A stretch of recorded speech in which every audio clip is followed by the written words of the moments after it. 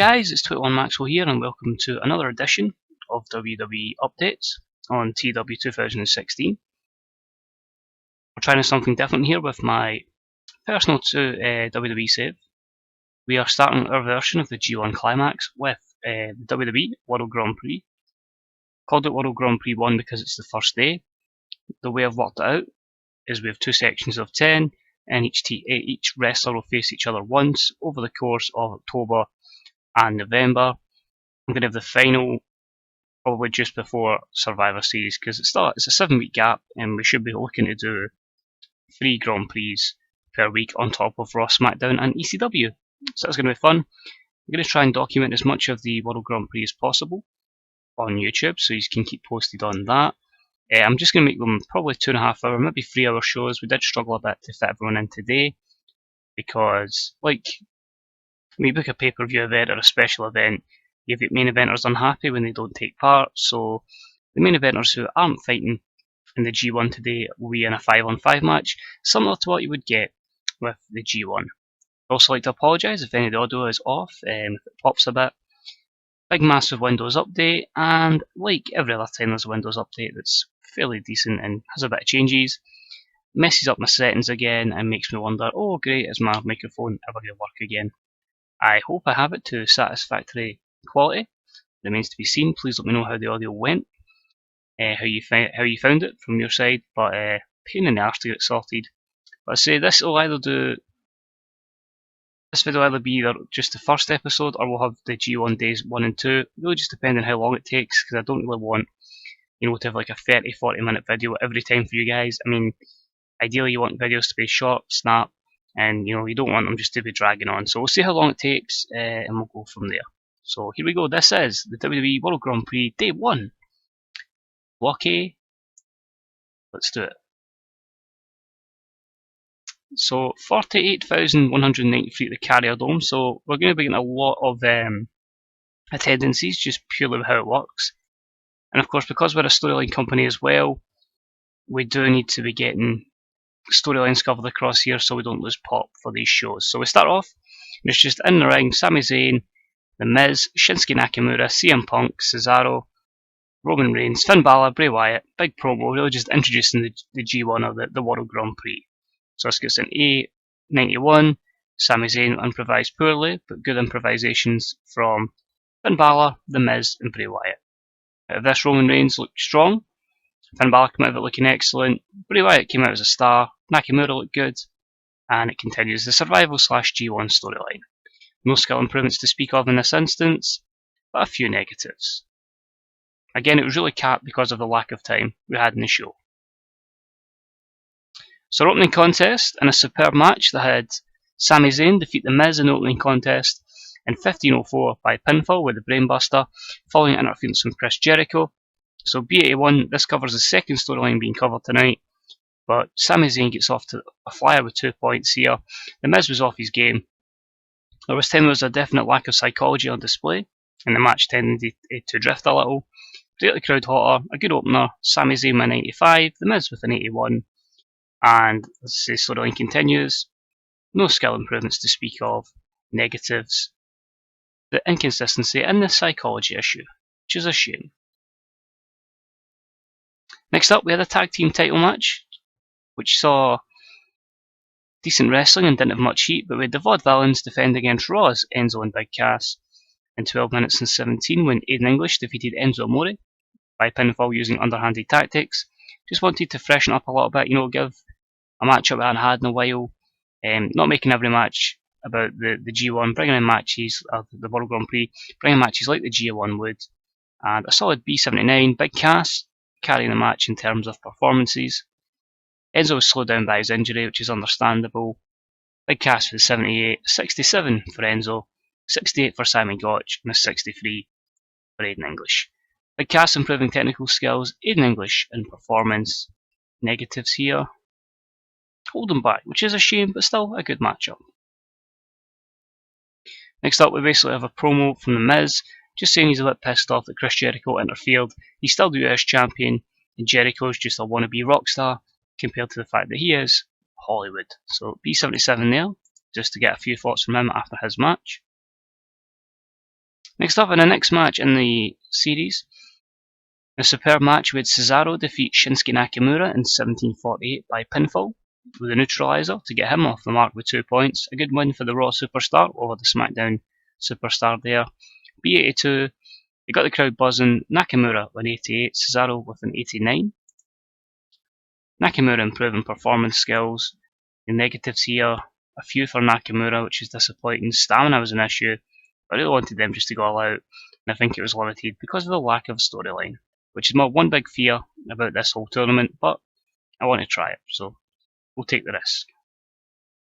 Next up, in another match in the tournament, it was a good match that saw CM Punk defeat Alberto Del Rio in 15:39 with a Pepsi plunge. This was a B-76, unfortunately.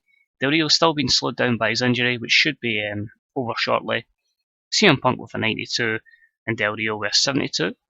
Not too bad. CM Punk improving performance skills. Negatives here. Lack of storyline again. Low morale for Del Rio and his injury. But hopefully once his injury clears up, we'll give him one final push before we drop him down the card due to age. So, opening day win for CM Punk.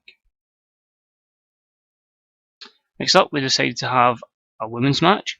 And in a bout that had some decent wrestling but didn't have much heat. With Asuka, Charlotte, Paige and Sasha Banks defeat the team of Becky Lynch, Billie Kay, Bayley and Emma in 8 minutes and 13 when Asuka defeated Emma by submission with the Canna Lock, or the Asuka Lock as it's now known in WWE. B-76, Charlotte still hinting at her face turn, a 66 performance from Emma, a 73 from Bayley, 62 from Billie Kay, an absolutely phenomenal 81 from Becky Lynch, 73 from Sasha, a very good phenomenal one from Paige at 81, Charlotte with 68, and Asuka way behind with a 58, but hopefully we can build her up again, and that continues both the SmackDown Women's Division storyline and the Hugger versus Boss storyline. So happy with that. Asuka improving performance skills, another very good showcase there from the women. A few negatives there, but hopefully, with a bit more time, they can keep getting better. Next up, in another Block A match, we had a superb match between Finn Balor and Bobby Roode, which saw Balor win in a 15:01 with a flying double stomp. B82 again, I'm assuming due to the usual reasonings for that, but Balor won 93, Bobby Roode won 84. Finn Balor is improving his rumble skills. Yep, your negatives here. Low morale at Bobby Roode, inconsistency at Finn Balor, and the cap for short match because only 15 minutes and the lack of hot associated storyline. So probably going to move it to 3 hours, I think, just so we can get everybody in with good 20-minute matches and getting hopefully better ratings.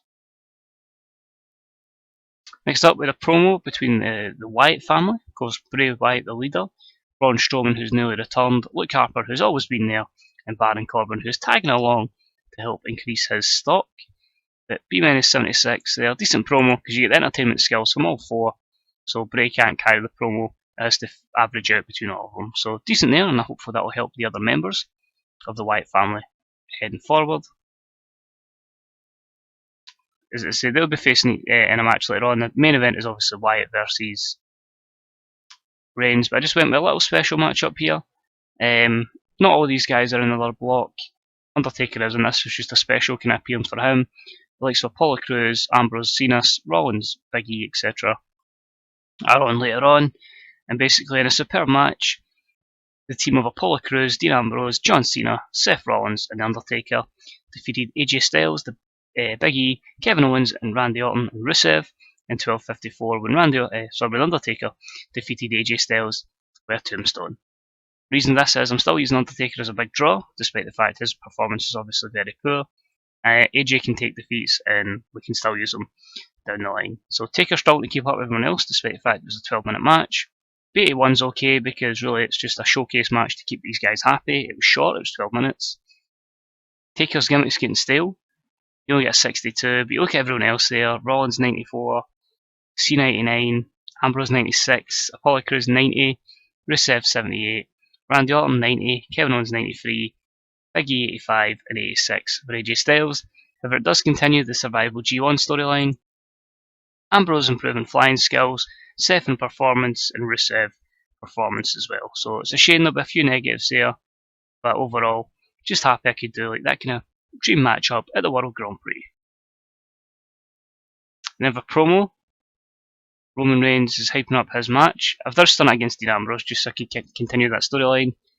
Disappointed that I only got a B-76. Roman working the crowd well. It should be a lot better than that, Roman. I had a lot more faith in you. He's really flopped there, and I'm hoping this match doesn't. And it's going to be resulting probably a loss in pop, but in an exceptional matchup with Bray Wyatt defeat Roman Reigns in 1736 by pinfall with a standing senton splash, with the likes of Baron Corbin and Braun Strowman run in and attack Roman Reigns to help Bray get the victory. Obviously it's heel versus heel here, which was a bit worrying as well, so that might result in why we get a B82. But Bray Wyatt was visibly tiring. You get a 92, Roman Reigns with 97. He continues the storyline in the G1. You can see there, you get the lack of hot associated storyline, you get this segment for odd heel face combinations, stamina and consistency. But still, it's giving us an idea of what to expect going forward with the G1. It was the opening day, it was a massive trial to see how it went, and I'm not too disheartened by the fact it's a B82. It actually does increase our pop in 4 regions, so we don't lose pop anywhere. But it's also a cheap way to get a good bit of money, hopefully get a good bit of money from buy rates. As I say, I'm pretty happy with that, and I think we can take that well into day 2. So winners done today, getting points, is going to be Sami Zayn, Cesaro, CM Punk, Finn Balor and Bray Wyatt are all on 2 points.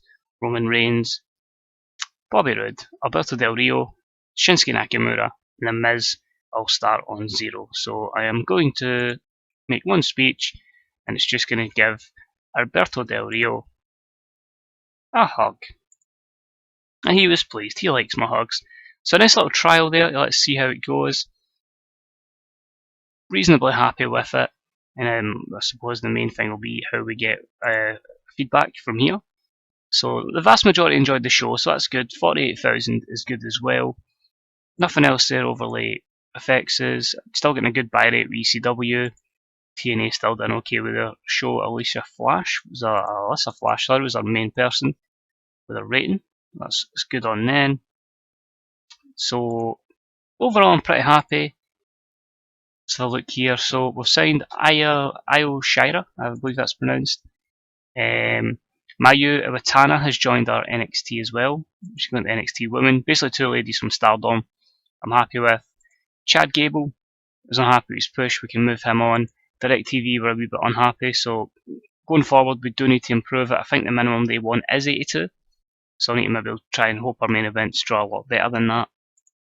But the Grand Prix get a 2.88, so that's still good. That's still going to make us a lot of money. 6k in drug tests. John Cena says Simon Gotch talks well. And ECW is 3.56. So I'll keep them open so I remember to do Chad Gable's push. And you also see us give Mojo Rawley a new contract. That's him onto the main roster now. And we'll give Bailey 75%. I don't know if you noticed as well. I don't know if it's as noticeable, but the windows around here have been affected a wee bit. The border of them because of the new update on Windows. Small little things. Also, TNA tried to steal Cesaro, but literally dropped out of the negotiation straight away. And they've got Yoshitatsu on a massive contract because he's really over in the US now, thanks to his Japan run. And I kept increasing the offer I was giving him because I thought I'll use him, I'll job him, and boost somebody else. And TNA just paid over the top completely. So, negatives. Momentum takes a hit, Prestige takes a hit. If we just go to our broadcasting, DirecTV expect an 83, so we're just under that. So we need to get a bit better in that, but it gives us a benchmark. We know where we need to go from here. But in terms of finance, 27 million, made 20 million in pay-per-view. It's already far surpassed December when we've done 2 pay-per-views and one we just done Mania. So I expect to make so much money here, and we could see WWE Network very soon if we just keep getting the big money in terms of pay-per-view revenue. So happy with that. Don't think we'll make a lot of money in ticket sales, although we do still have it is 2 pay-per-views we've run, but we do still have a lot of Raw and SmackDowns to go, and ECWs. Overall, pretty happy, and I think if we'll just keep working this, we could end up making 50-60 million with this WWE Grand Prix. So I now need to go and set a new show for today. I think we'll just make this a one-off episode of episode 1. We'll try and combine maybe 2 and 3, depending on how long we go, or we'll just make a lot of videos, and then that gives us a lot of fresh content, and we can keep it up instead of going, oh, and dragging through episodes. So it was a nice little trial. I'm expecting a lot of those people to be unhappy as well because they missed out on the G1, so that might happen over the course of time. We'll try and fit some new people in as we prepare for day number 2. So as always, thanks for watching. If you get any comments, let me know what you think about the setup. Are you quite happy with how I'm working this? Is this a massive risk? Let me know what you think regarding the WWE World Grand Prix. As always, any likes and subscriptions are deeply appreciated, guys. As I say, if we can keep expanding this community, it can only benefit everybody. Because it's one of the smallest communities. God, half the people around don't even know where to purchase the game because of the way the Grey Dog are. So it's about spreading the word, getting the game over, and then hopefully more people can join us on these excellent adventures. But as always, guys, thanks for watching. It's deeply appreciated, and I'll hopefully see you next time for the WWE World Grand Prix Day 2. Bye bye.